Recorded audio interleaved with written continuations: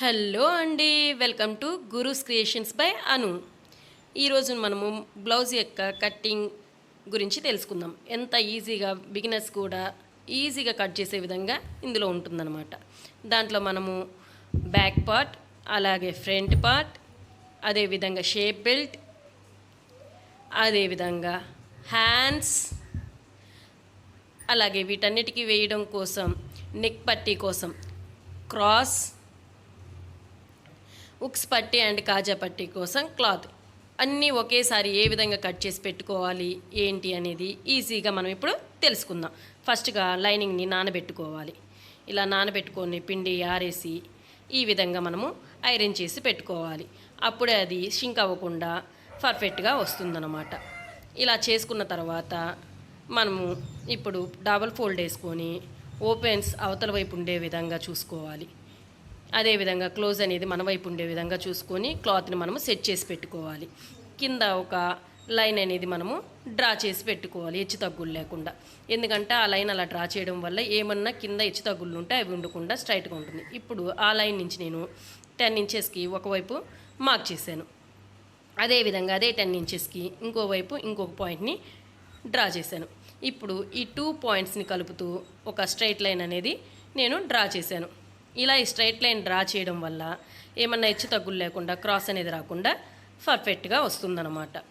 ఇప్పుడు నేను hand loose కోసం తీసుకుంటున్నాను కదండి. హ్యాండ్ లెంత్ కోసం చెస్ట్లో 10th పార్ట్ ఏదైతే ఉంటుందో, సపోజ్ 30 కదండి, 30లో థర్డ్ పార్ట్ ఎంత 3 ఇంచెస్. 3 ఇంచెస్ డౌన్ కోసం నేను ఒక మార్క్ చేశాను. అదేవిధంగా రెండో వైపు కూడా అదే 3 ఇంచెస్ మార్క్ చేసి రెండింటిని కలుపుతూ ఒక స్ట్రైట్ లైన్ డ్రా చేశాను. ఇలా డ్రా చేయడం వల్ల మనకి హ్యాండ్ అనేది పర్ఫెక్ట్ ఫిట్టింగ్ అనేది వస్తుందన్నమాట. ఇప్పుడు అక్కడ మనం ఎక్కడైతే మార్క్ చేసామో అక్కడి నుంచి 1 ఇంచెస్ పెట్టేసుకొని ఆ 1 ఇంచ్ నుంచి మొత్తం లెంత్ ఎంత ఉందో చూసుకొని, నా లెంత్ వచ్చేసాక ఇప్పుడు నేను దీన్ని చేసే లెంత్ 7.5 ఉంది కాబట్టి 7.5కి ఒక డాట్ అనేది పెట్టేసుకొని ఆ 1 ఇంచ్ నుంచి ఈ డాట్ని కలుపుతూ కర్వ్ స్కేల్తో నేను ఒక లైన్ అనేది కర్వ్ అనేది డ్రా చేశాను. ఆ కర్వ్ని డ్రా చేసేటప్పుడు కిందకి కొంచెం నేను డౌన్ ఇచ్చాను. ఎందుకంటే ఫ్యూచర్లో ఎప్పుడైనా లావ్ అయినా కూడా ఆ కుట్టిప్ప తీసుకుంటే సెట్ అయ్యే విధంగా ఉంటుందన్నమాట. అందుకని అక్కడ మనం అలా క్రాస్గా ఇవ్వాలి. ఇచ్చి ఒక లైన్ అనేది డ్రా చేసేసాను. ఇప్పుడు నేను హ్యాండ్ లూజ్ కోసం ఎంత ఉందో చూసుకున్నాను. 4.5 ఉందన్నమాట. అదేవిధంగా 2 ఇంచెస్ ఎక్స్ట్రా మార్జిన్ ఖర్చు కోసం డ్రా చేశాను. ఇప్పుడు ఈ రెండు ఎగ్జాక్ట్ మెజర్మెంట్స్ని ఒక లైన్ డ్రా చేశాను. అదేవిధంగా ఖర్చులు ఇంకొక లైన్ డ్రా చేశాను. ఇలా 2 లైన్స్ డ్రా చేసుకొని నేను కట్ చేసి పెట్టేసుకున్నాను అన్నమాట. నెక్స్ట్ ఆ క్లాత్ని నేను ఇప్పుడు తీసేసి డబల్ ఫోల్డ్గా వేసేసుకొని సింగిల్ ఫోల్డ్లో 2 లేయర్స్ వచ్చే విధంగా సెట్ చేసి పెట్టుకున్నాను. కింద నేను మళ్ళీ అన్ఈవెన్గా ఉన్న వాటి కోసం ఈవెన్గా ఉండడం కోసం ఒక స్ట్రైట్ లైన్ అనేది డ్రా చేసుకున్నాను. అలా డ్రా చేసుకొని ఇప్పుడు ఆ స్ట్రైట్ మీద నుంచి మొత్తం బ్లౌజ్ యొక్క లెంత్ 14 ఇంచెస్ 13 ఇంచెస్ వచ్చింది కదండి. దానికి 1 ఇంచ్ ఖర్చు యాడ్ చేసి 14 ఇంచెస్ డ్రా చేసుకున్నాను. అలాగే ఇంకొక వైపు కూడా సేమ్ 14 ఇంచెస్ డ్రా చేశాను. ఇలా ఎందుకు డ్రా చేశాను ఇందాకే చెప్పాను కదండి, హెచ్చు తగ్గులు లేకుండా క్రాస్ అనేది రాకుండా స్ట్రైట్గా మనకి లైన్ అనేది ఉండే విధంగా ఒక లైన్ అనేది డ్రా చేసుకున్నాను. ఇప్పుడు ఈ లైన్ మీద నేను షోల్డర్ అండ్ నెక్ కోసం 5.5 తీసుకున్నాను అనమాట. ఎందుకంటే ఇది చిన్న బ్లౌజ్ కదండి, అందుకని 5.5 తీసుకున్నా. షోల్డర్ ఎంతైతే తీసుకున్నామో ఆర్మ్ డౌన్ కూడా సేమ్ అంతే తీసుకోవాలండి. అందుకే 5.5కి ఇంకొక డాట్ పెట్టేసుకున్నాను. సేమ్ అంతే ఉందో లేదో చెక్ చేసుకొని ఇప్పుడు నేను ఈ డాట్స్ 2 కలుపుతూ స్కేల్ సహాయంతో ఒక బాక్స్ లాగా డ్రా చేసుకుంటున్నాను. ఎందుకంటే ఈ బాక్స్లోనే మనం ఇప్పుడు చెస్ట్ మెజర్మెంట్స్ అనేవి మెజర్ చేస్తాం కాబట్టి. ఇప్పుడు నేను చెస్ట్లో 4th పార్ట్, చెస్ట్ యొక్క లూజ్ ఎంతైతే ఉందో దాంట్లో 4th పార్ట్ తీసుకొని దాన్ని నేను ఒక డాట్ పెట్టుకున్నానండి. అక్కడి నుంచి ఇంకొక 2 ఇంచెస్ ఎక్స్ట్రా ఖర్చు కోసం యాడ్ చేసుకున్నాను.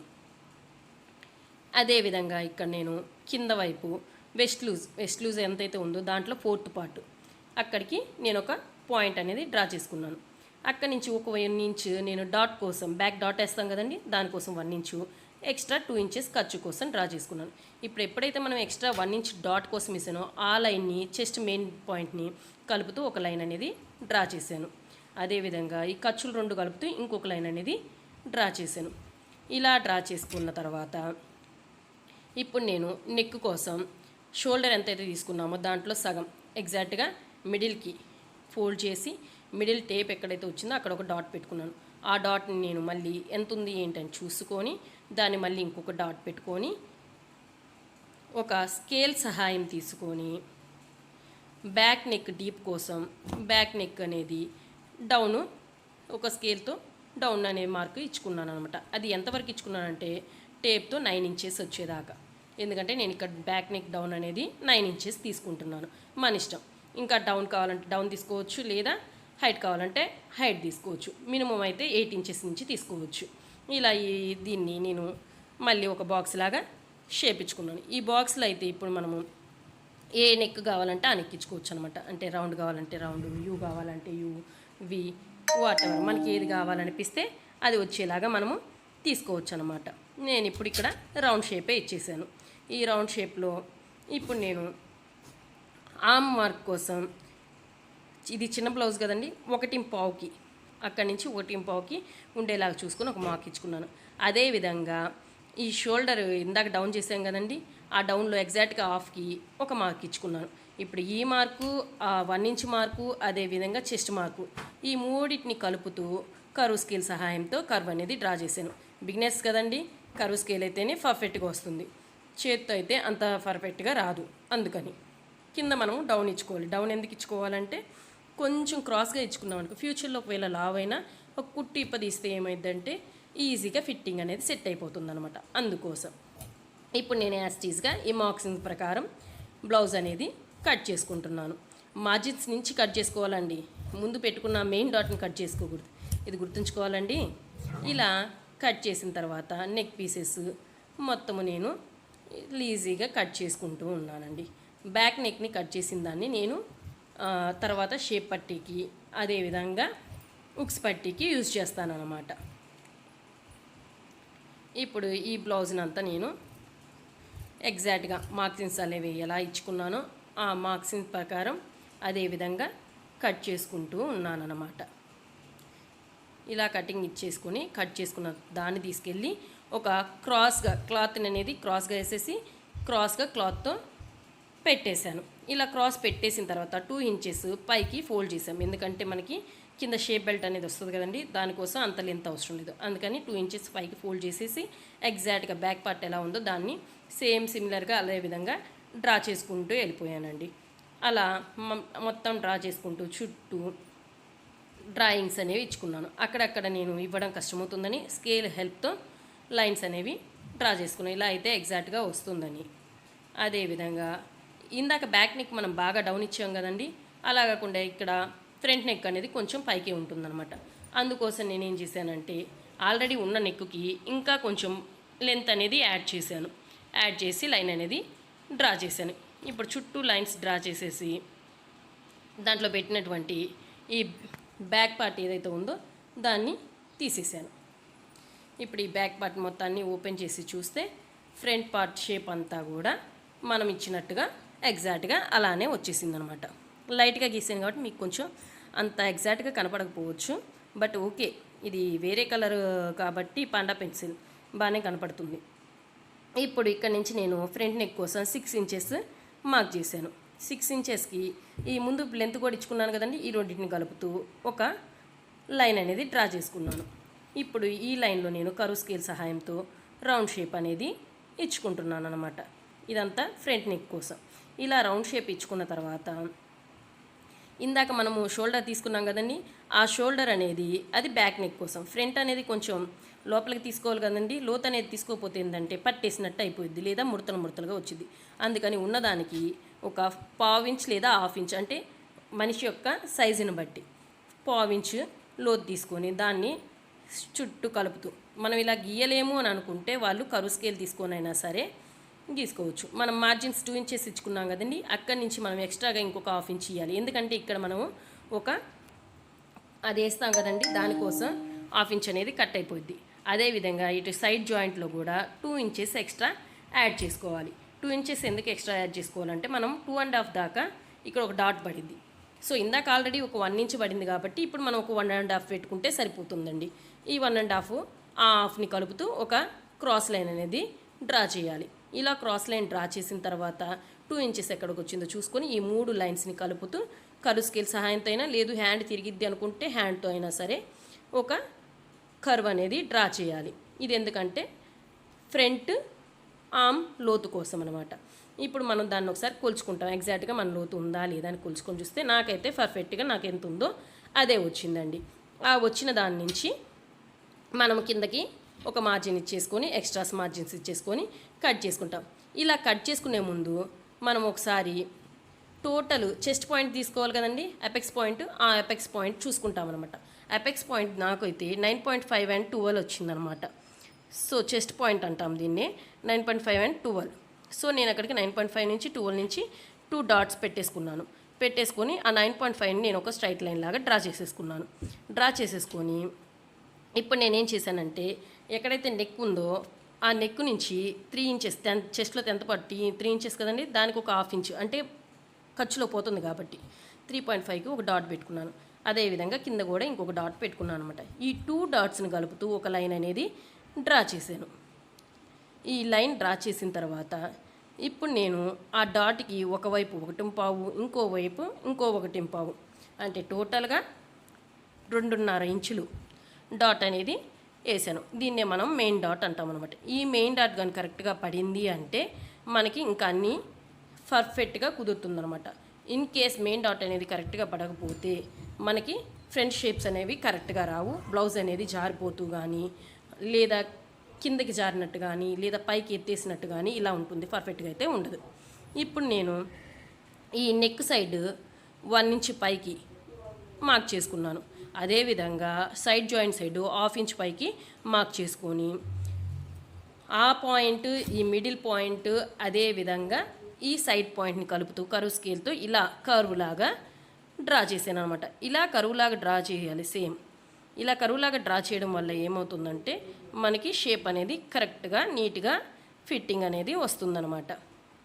ఇలా డ్రా చేసిన తర్వాత ఇప్పుడు నేను ఫ్రంట్ వైపు, అంటే అదేంటి నెక్ ఉంది కదా, ఆ నెక్ వైపు ఒక టేప్ పెట్టి కొలుచుకున్నాను. నాకు ఎంతైతే వచ్చిందో దాంట్లో ఎగ్జాక్ట్గా 1/2 తీసుకొని 1/2కి ఒక పాయింట్ ఇచ్చుకున్నాను. అక్కడి నుంచి ఒక లైన్ అనేది స్కేల్ సహాయంతో ఒక లైన్ని నేను డ్రా చేసుకున్నాను. ఈ లైన్ని మెయిన్ డాట్ నుంచి ఈ లైన్కి 1.5 ఇంచ్ మార్జిన్ ఉండే విధంగా చూసుకొని అక్కడ నేను ఒక పాయింట్ అనేది డ్రా చేసుకున్నాను. అలా పాయింట్ డ్రా చేసుకున్న తర్వాత దాన్ని నేను ఒక డాట్ వేసుకోవడం కోసం తీసుకున్నాను. ఇప్పుడు నేను అదేవిధంగా ఆమ్లో కూడా ఒక డాట్ వేయాలి. ఆ డాట్ అనేది మనం 2 విధాలుగా వేయచ్చు. ఒకటి, ఈ రెండింటికి మిడిల్లో వచ్చే విధంగా స్కేల్తో డ్రా చేసుకొని అయినా వేయచ్చు, లేదా మెయిన్ డాట్కి క్రాస్గా వచ్చే విధంగా అయినా వేయచ్చు. దీనికి కూడా సేమ్ 1.5 ఉండేలాగా లెంత్ చూసుకొని ఒక డాట్ అనేది పెట్టేసుకున్నాను. ఇప్పుడు దీన్ని కూడా ఇంకొక డాట్ కోసం నేను డ్రా అనేది చేసేసుకున్నాను.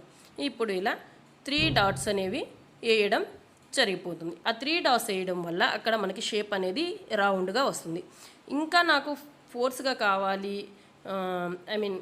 షార్ప్గా కావాలి అని అంటే ఇంకొంచెం లెంత్ అనేది పెంచుకోవచ్చు అనమాట. But it is enough. అందుకని నేను ఇంతవరకు 1.5 ఇంచ్ ఉండేలాగా చూసుకొని డాట్స్ అనేవి అరేంజ్ చేసేసుకున్నాను.